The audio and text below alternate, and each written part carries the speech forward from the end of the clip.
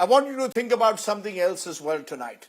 Today marks 2 years since that terrible Hamas terror attack on Israel, which has sparked off a war in which thousands of people have died. This is a day which is both solemn to remember and also ask ourselves the costs of war. Remember, it was on October 7, 2023, when Hamas killed at least 1,200 Israeli civilians. A memorial took place today exactly at 6:29 a.m. when those killings took place. But since then, Israel has launched a war on Gaza. A war, remember, in which more than 67,000 Palestinians have been killed, including 20,000 children. The Israelis will also claim on their side that 251 people were taken hostage by Hamas. Only 48 are believed to be alive. In Palestine, there is a famine of sorts, at least in the Gaza Strip. There are accusations made by the Gazans is that they are struggling to get food. Various international agencies have stepped in. Some have even used the word genocide to describe what's been happening in Gaza. All of this, of course, amidst negotiations that have begun between Israeli and Hamas representatives in Egypt, in Cairo, backed by US President Donald Trump. The big question, of course, will the war in Gaza cease? Can someone say enough is enough in one of the longest wars in the Middle East that we have seen, certainly since the 1940s? I spoke on these issues to the Palestinian ambassador to India to get his side of the story, because the Palestinian story has often been lost in the last 2 years. I want you to listen to this special conversation. You're joining us at a time when it's exactly 2 years since October 7, 2023, the dreadful Hamas terror attacks in Israel, and then what happened in Gaza over the last 2 years, hundreds of lives lost. Now we see Hamas and Israeli negotiators in Egypt, possible ceasefire. Do you see a light at the end of a very dark tunnel, Mr. Ambassador? Thank you so much indeed, dear Rajib, for having me this day, and at large to extend many thanks to India today. But as ambassador of Palestine, of course, and it's a moral, it's a legal, and it's legitimate to at least to shed light on your introduction. Two things. You said the terror attack, which is, it's of course, I will not go to say or to put the wording in your mouth, whether it is terror or not terror attack. It's yours. No, 1 minute. No. Are you denying that there was a terror attack when more than 1,000 innocent Israeli civilians were killed, sir, on October 7, 2023? You can't deny that, surely. You claim this is a terror attack, but what happened in Gaza, you did not mention whether it is war crimes. According to what did the ICC already declared it's a war crime, it's a genocide. According to what the United Nations itself declared it's a genocide, Amnesty itself it's declared it's a genocide. You did not shed light on the wording of genocide, but you shed light on the issue of terror attack, whether it is terror or not terror, just to remind ourselves with your history as Indian people. No, so should we accept that October 7, 2023 was a terror attack conducted by Hamas, and what Israel has done in Gaza is a war crime, the killing of innocent civilians? No. Are we going to draw an equivalence?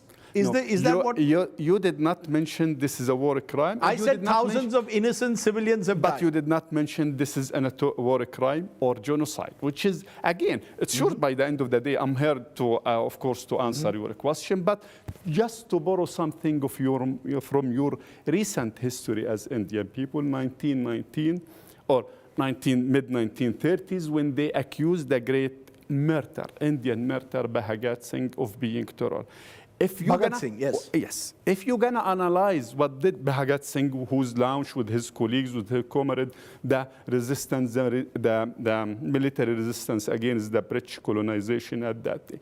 If you're gonna analyze this event as isolated from at least Jallianwala Bagh at that time, 1919, if you're going to analyze it without linking it to its root, it will be a terror attack. But if you're going to analyze it and it is historical background, we should find another name to this. So what did at least Bahagat Singh mention at that day? So that, again, October 7th is a fact. It happened. But how to classify that? If you're going to classify that as a terror attack, what you going to classify the Israeli occupation? 56 years of suffocating Israeli occupation. Are you seeing light at the end of a dark tunnel? US President Donald Trump on Truth Social Media has said he expects good news, very good news in a few days. Do you see this now as a good sign that we could actually have a ceasefire in place, possibly as early as next week, wherein the 20-point plan that the US president has put in place could be implemented? Do you believe it's a workable plan that will lead to a ceasefire? Another very, very key question, but one very important... If you can respond to this Yes, of first. course. One very important issue. Is it ceasefire? Ceasefire means, according to the international law, this is not our word. According to the international law, ceasefire or disarmament mean that there is two armies fighting against each other, which is utterly, totally is not the case in Gaza. This is a war launched by many Western countries at the hand of Israel, by Israel, of course, with the full support and complicity by many Western countries, full support and complicity by many Western countries on Gaza. This is not a war between two armies. We should be extra careful when we're using the word, so that there should not be using of the word ceasefire. But unfortunately, in a world where a might create right, we have no other choice except to use the word ceasefire. Can I use the word peace? Because this is a peace plan. The war. I want your response to the peace plan. Do you believe that this is a workable peace plan that can bring some kind of enduring peace? I'm using the word peace to Gaza by ending this relentless attack on your land. With all due respect to Mr. Trump, he did not call it a peace plan. It's a comprehensive plan to end the conflict in Gaza. So it's not a peace plan. But from our point of view, of course, we used to see the light at the end of the tunnel. Our official position, we are with any honest and any decent effort that will stop the genocide, the ongoing genocide on Gaza. This is from day one. We are with any effort, genuine effort and real effort that will guarantee there is no more children will be died due to malnutrition or suffering of lack of food. We are with any effort that will guarantee there is no more surgery will going to be conducted without anesthesia, and there is sufficient and enough amount of painkiller to the people in Gaza.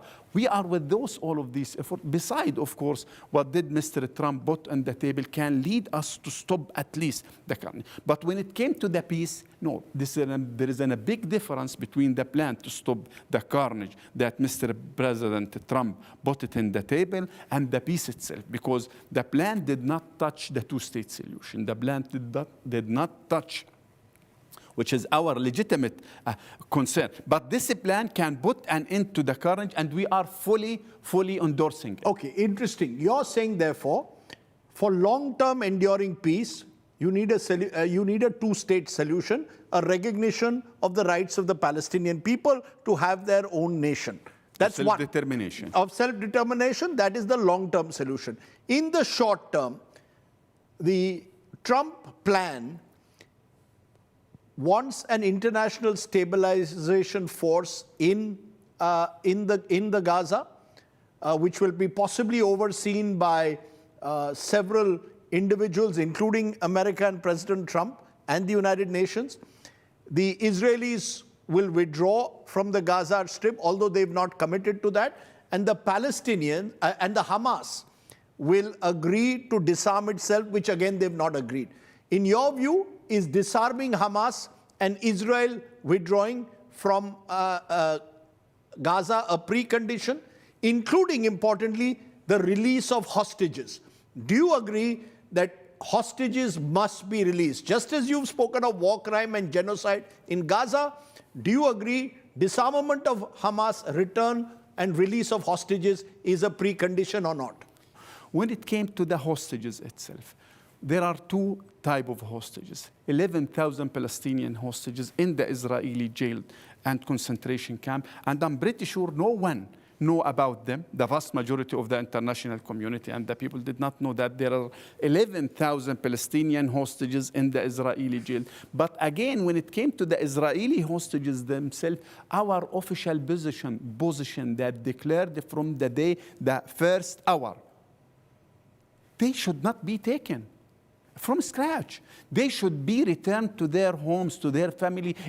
Yesterday, Let me reiterate that. Yes. You are saying your official position is that the 48 hostages, 20 of whom are hopefully alive, should be returned at once to their homes. Am I correct? We pray to God, all of them to be alive. And they should be returned. They must, not should. And they should not only, they must not be even taken from scratch. This is not part of some kind of quid pro quo or deal. No, this is our... This is your stated position. This is our declared, President Abbas declared loud and But declared. do you have the power over, over Hamas to do that? Could you give me Yes. that chance? You asked me about our position. Our position when it came to the hostages, no one should be taken from scratch. When it came to the disarming Hamas, I really thank you to. This is again our position long time ago before the war itself. We used to call for one legitimate security for us. We are not, and our official position, we will even, our state, we want a disarmament state. Declared position, written position. The one who stood strong against disarming Hamas is the current fugitive from justice, Benjamin Netanyahu. And I'm going to tell you why. He is the one who's supporting Hamas by all the means to have, by the money itself. Hamas was supported by, with all due respect to Qatar, through the cash money in bags. And the one who facilitated this money with his full agreement and his full permission is Benjamin Netanyahu. What has the last 2 years been like? Give us a Palestinian perspective, because I know many Palestinians say we only give the Israeli perspective. I'm asking you today, what have the last 2 years been like for the people of Gaza? Indeed, how did you articulate the wording? Because again, the wording have a meaning. My family is living in a refugee camp in Gaza, so that we are refugee. We have still our title deeds for our land, Berga, is still with us and our original key. Because again, wording have a meaning. Then you said that I claim. This is not my wording. 66,000 Palestinian whom was killed is innocent Palestinian. You will going to say, no, part of them is Hamas. Could Israel bring us just one name of the declared name? It's declared, the name is declared, but just to say that this is Hamas out of the 60s. Then when you mention, you're saying all these 60,000 who've been killed are innocent. They have nothing to do with Hamas. Could Israel just to point out this name or this name? They've given names of various Hamas commanders who've been killed. Is it the declared name by the Minister of Health? This is the question. And the other issue, you said that many of them is, no, 75% of them is women and the children. It's not many, because saying many, it means 5%, 10%, 75%. Do you believe that India has a role to play? India used to have a role. Not anymore? No, you cannot cut me here, because yes. you're going to put me in a very difficult. India used to had a role in the Palestinian revolution mid-1930. India still have a role. And India, we look to India as the big brother, as India, who can hang the balance when it came. I served in the United Nations 8 years, when India there, and said, our digda, it is heals. And said, it should. India there. So we look to India. We still work with India. India still invested heavily in the two-state solution. India not only recognized the state of Palestine, India is still supporting the Palestinian people Do you sense, though, that the Narendra Modi government has a pro-Israel tilt?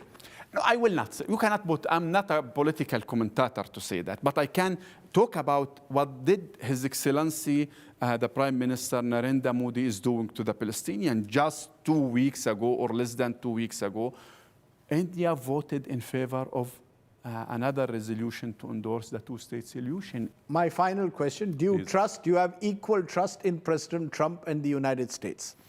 Do the people of Palestine trust Donald Trump when he says, I have a plan? The only thing that right now on the table is Mr. Trump's plan, or comprehensive plan, so to speak.